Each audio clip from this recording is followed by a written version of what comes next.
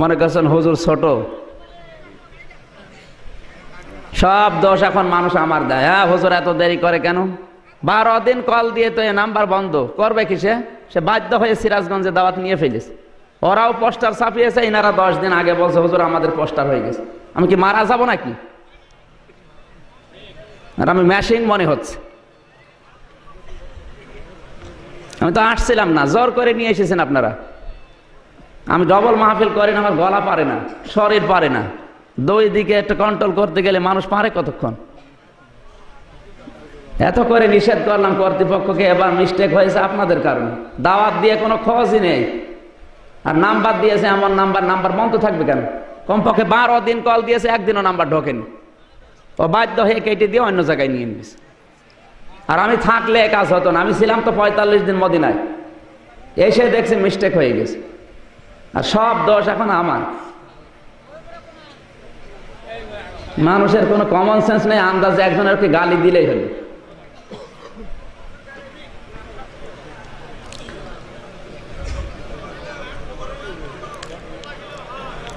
অধিকাংশ মানুষ আসার সময় গালি দিচ্ছে, না এত দেরি করে কেন টাকার? আরে ভাই আপনি কয় টাকা দিতে পারেন? জেদ্দাতে একটা মাহফিল করলে আমার কমপক্ষে 70,000 টাকা দিয়েছে। আপনারা তো সারা জীবন মিলেও 50,000 টাকা দিতে পারেন না। আমার বাবা আমার ফকির না, আপনার টাকা নিয়ে চলা লাগবে। আপনার মতো 50টা পরিবার আমি নিজেই চালাই, শুধু দোষ আমার দিচ্ছে আসার সময়। দোষ যে কমিটির দোষ, সেদিকে কোনো খেয়াল নেই। আশ্চর্য মানুষ।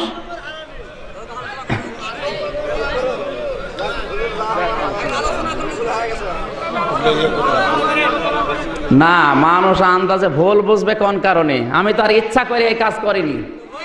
আমার মাহফিল যেখানে থাকে, আমি মাগরিবের নামাজ পড়ি সেখানে যাই। আশ্চর্য মানুষ।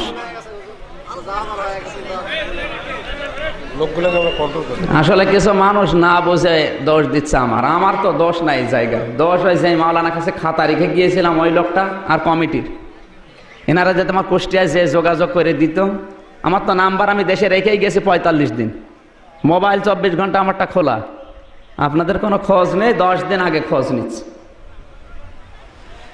এই বসেন, যারা এসেছেন, এটা মমতাজের কনসার্ট না, বসেন। ডানা কাটা পরই আসলে তো 1 রাত না 10 রাত জেগে থাকতে পারেন। আমার দাদা একটা গল্প বলছিল, ছোট্টবেলায় 2 বন্ধু গেছে কনসার্টে। একজন বলছে ভাই আমার জায়গাটা একটু দেখেন, আমি বাইরে থেকে ঘুরে আসি। বলাই তুই বাইরে যাবি মানে? বাইরে গেলে জায়গা হারাবি, কারণ এখন ডানা কাটা পরে সব আসবে। সামনের লোক বলে আমার বাইরে যাওয়াই লাগবে, কেন? আমার মুখের ভেতরে পানের পিক, না গেলে হবেই না। পেছনের বন্ধু বুদ্ধি দিচ্ছে, তুই কি পাগল? সামনে যাই লোক আছে, ওই লোকের পকেটে ফেল।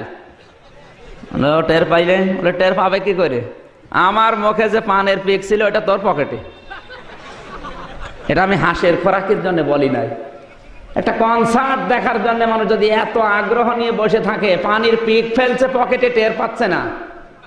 আর আপনারা ঘন্টা খানিক লেট হয়েছে। আমার এখানে আসার কথা 12টায়, আমি ছিলাম সেই কামারখন্দ থানা, সিরাজগঞ্জে। কমপক্ষে এখান থেকে 90 কিলোমিটার। আসবো তো, ওখানেও প্রধান বক্তা, এখানেও প্রধান বক্তা। প্লেন হলে আমি তাড়াতাড়ি আসতে পারতাম। আর এমনিতে আপনাদের এই বগুড়া সিরাজগঞ্জ রাস্তায় যে ভিড়, 40-45-এর উপরে গাড়ি তোলা যায় না। ড্রাইভার কি মরবে? যে গরু দিয়ে আপনারা চাষ করে খাবেন, ও গরুই যদি মারা যায়, কি দিয়ে চাষ করবেন? আমি মারা গেলে ওয়াজ হবে? অ্যাক্সিডেন্ট করে আসলে ভালো হইতো। বসেন, আজকে যা হয়েছে হয়েছে, বসেন। যে আয়াতটা পড়েছি, কোরআন শরীফ যেহেতু হেদায়েতের কিতাব, বসেন। এই বসেন। এই দাঁড়িয়ে আছে কারা? এর আগে বাইরের লোক।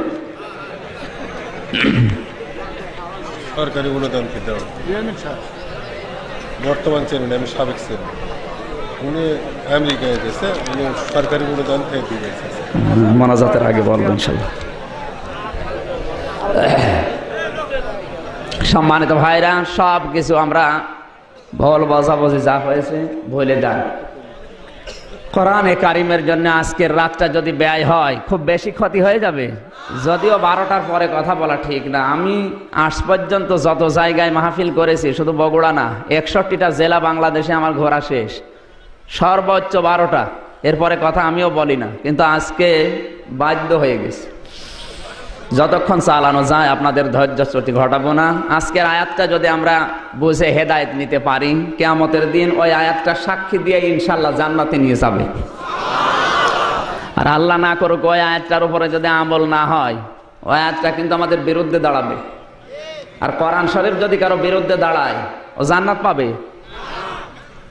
কোরআন যার বিরুদ্ধে ছিল, বাস্তব আমি নিজের চোখে দেখে আসলাম। এই আবু জেহেল, বদরের ময়দানে ওর কবর, ওকে তো আর এইভাবে আদর করে মাটি দেয়নি, উদ্য করে পুঁতে রেখেছে। বদরের ময়দানে ওর কবর, যেখানে 70 জন কাফেরকে এক জায়গায় উল্টা করে মাটি দিয়েছে। ওখানে কোনো ঘাস জন্মায় না, গাছও হয় না, গাছ হলেই মারা যায়। সৌদি আরবের ড্রাইভার আমার সাথে ছিল, জিজ্ঞাসা করলাম, ইয়া আখি, এ ভাই এই গাছগুলো বাঁচে না কেন? বলছে, হুজুর আপনি জানেন কবর কার? কার? শয়তানের বাচ্চা। শয়তানের বাচ্চা কে? বলে আবু জেহেল। ওরে বাবা, আবু জেহেলের কবর? বলে অনেক পানি দেওয়া হয় কিন্তু গাছ বাঁচে না।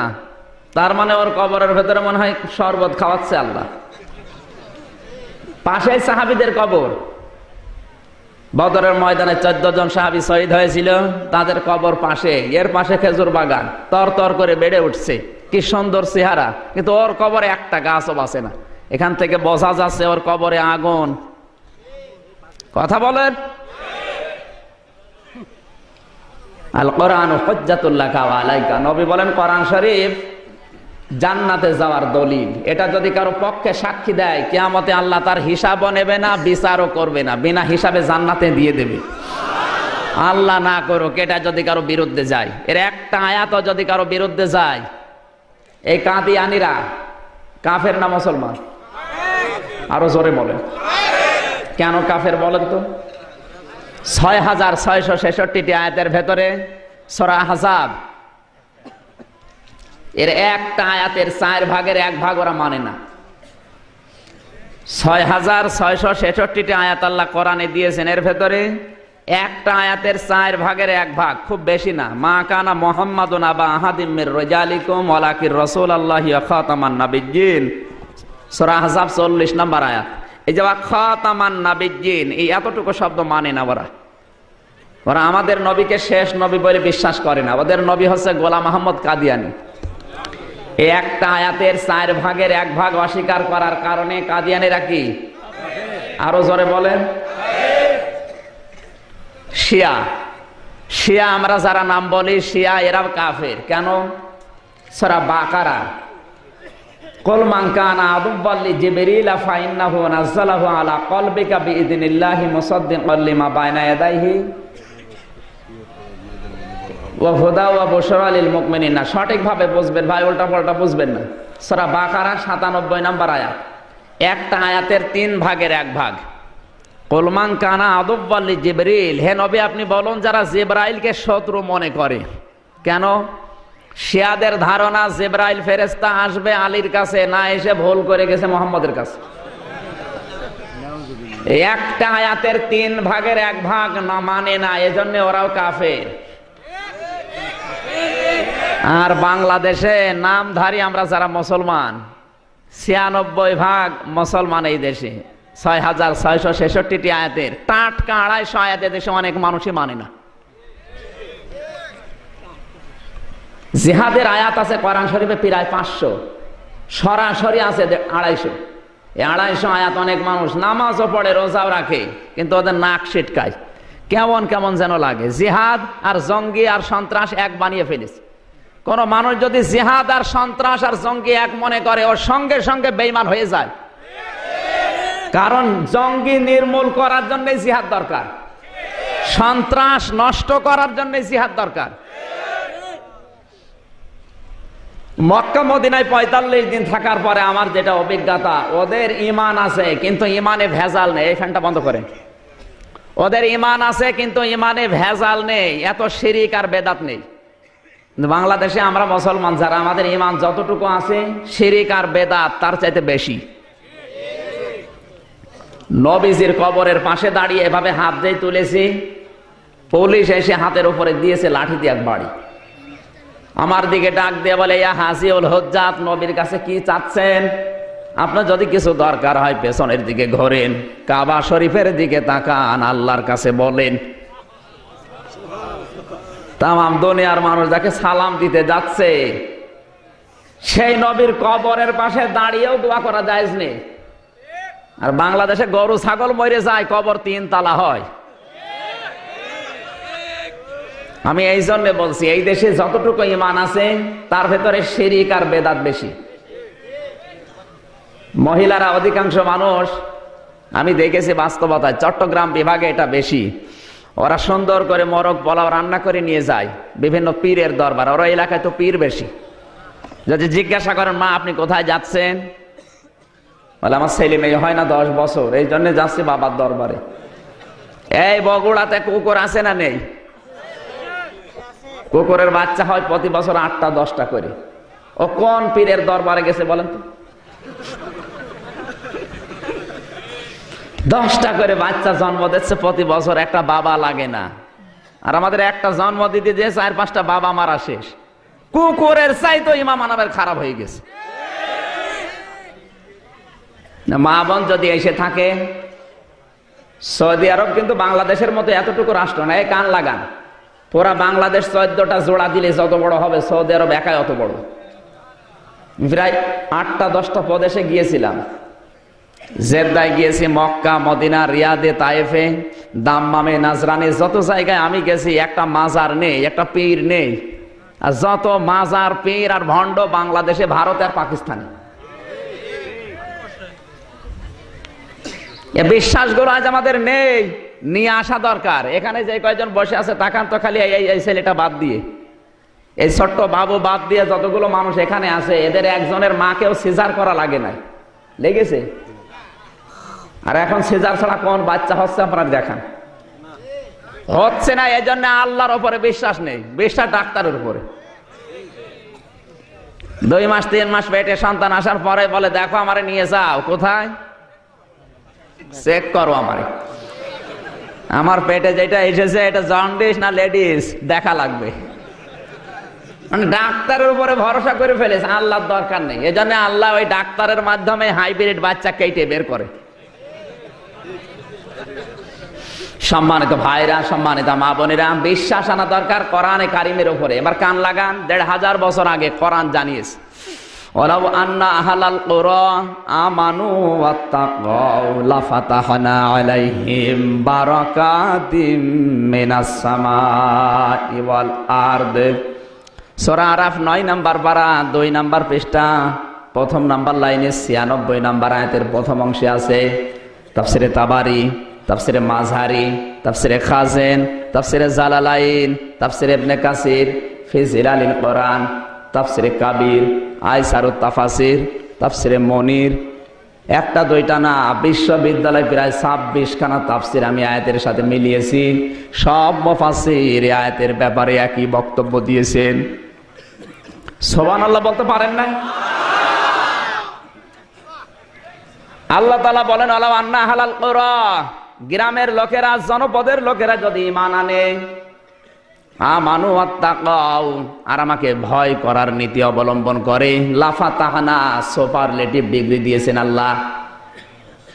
লামে তাগিদ, অবশ্যই আমি আল্লাহ খুলে দেব বারাকাতিম মিনাস সামাই ওয়াল আরদ, আসমান আর জমিনে যত বরকতের দরজা আছে সব নিজের হাত দিয়ে। কার হাতে? আল্লাহ যদি কুদরতি হাত লাগায় কোন জায়গায়, ওটা আর খোলা লাগবে? এই জন্য লাফাতাহনা দিয়েছেন।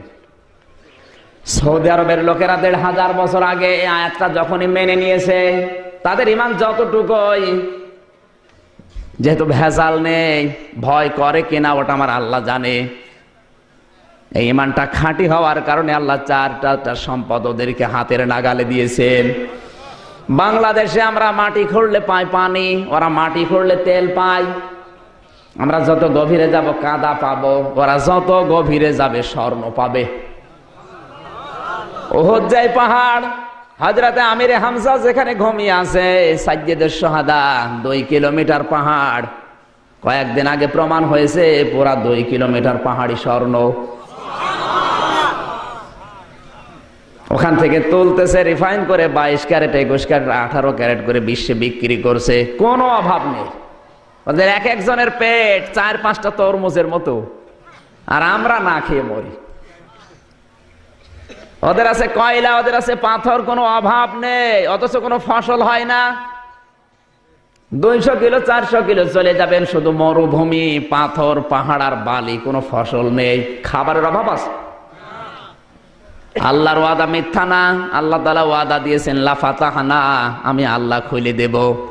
আমরাও যদি বাংলার জমিনে 96% মুসলমান ঈমান আনতে পারতাম, আর ঈমানের দাবি অনুযায়ী যদি ভয় আমাদের থাকতো, এদেশে এখনো মাটির নিচে কমপক্ষে 7টা খনিজ সম্পদ পাওয়া যাচ্ছে। কক্সবাজারে, সেন্ট মার্টিন দ্বীপের নিচে, চট্টগ্রামে, এদিকে ঠাকুরগাঁও, নীলফামারী, রংপুর, আর ওইদিকে মাগুরা, এই 7টা জেলায় আমার আল্লাহ 7টা সম্পদ লুকিয়ে রেখেছেন। সমস্যা হচ্ছে তুলতে পারি না, কারণ ওই রকম ঈমান নেই। স্বর্ণের পাহাড় 2 কিলোমিটার, কোনো অসুবিধা নেই, যার যে দায়িত্ব পালন করে যাচ্ছে। আর এই দেশে স্বর্ণ না, কেউ যদি পায়খানার পাহাড়ও পায়, অজ্ঞান হয়ে যাবে। কারণ ওই ঈমান তো আমাদের এখনো তৈরি হয়নি। মসজিদে নববীতে নামাজ পড়ে বের হচ্ছি, দেখে একটা মোবাইল পড়ে আছে, তাকিয়ে দেখলাম লেখা আইফোন। আইফোন বোঝেন? বাংলাদেশের টাকা অনুযায়ী ওই মোবাইলটার দাম কমপক্ষে 1,80,000 টাকা। 1,80,000 টাকার মোবাইল পড়ে আছে, কেউ নিচ্ছেও না, ধরেও না, দেখেও না কেউ, কারণ ধরা পড়লে কি কেটে দেবে। একবার সাহস করছিলাম, তুলে নেব না, মনের ভেতরে ভাই নতুন হাজি, দেশে গেলে মানুষ বলবে হাজি সাহেব চোর। সাথে যে লোকটা ছিল বলে, ওইদিকে তাকাবা না, দরকার নেই, যার জিনিস হয় সে নিয়ে যাবে, যাক না ওখানে পড়ে নষ্ট হয়ে যাক, তোমার কোনো দরকার নেই। 1,80,000 টাকার মোবাইল পড়ে থাকে, কেউ নেয় না। এ দেশে তো 80 পয়সা থাকে না। এজন্য আমাদের উচিত, আল্লাহর ঘোষণা, ওরা 1,500 বছর আগে মেনে নিয়ে যদি এই প্রমাণগুলো পায়, আল্লাহকে আমাদের সাথে মিথ্যা ওয়াদা করিস, তাহলে আমরা তুলতে পারছি না। অবশ্যই আমাদের ঈমানের ঘাটতি আছে, আর ভয় নেই। বলেন, আল্লাহ রাব্বুল আলামিন আমাদেরকে এই 2টি কন্ডিশন মেনে বাংলাদেশে যদি এগুলো তুলতে পারে, বিশ্বাস করেন অভাব বলতে কি এটা থাকবে না।